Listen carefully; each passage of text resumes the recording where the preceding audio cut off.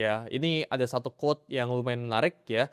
Ini mungkin terdengarnya itu arogan, tapi menurut gue ini lumayan nyata ke kehidupan gue ya. Yaitu I don't chase, I attract.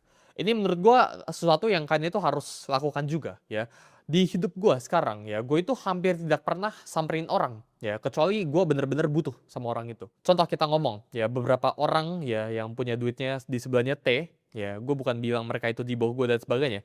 Tapi banyak kan, ya 99% of the time, ya itu mereka yang reach out ke gue dulu. Ya buat either ngajakin podcast atau ngajakin makan gitu ya.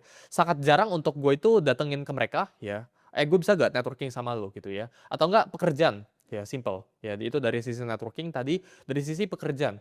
Pekerjaan itu gue gak pernah tanya ke orang, ada pekerjaan atau enggak. Ya, yang gue lakukan itu pekerjaan itu yang datang ke gue. Dan ini kondisi yang kalian itu harus bikin dalam hidup kalian. Jadi fungsinya kondisi ini tuh apa? Karena ketika orang yang datang ke lu dulu, ya, itu need, itu kebutuhan. Dan kebutuhan itu menciptakan yang namanya itu desperation.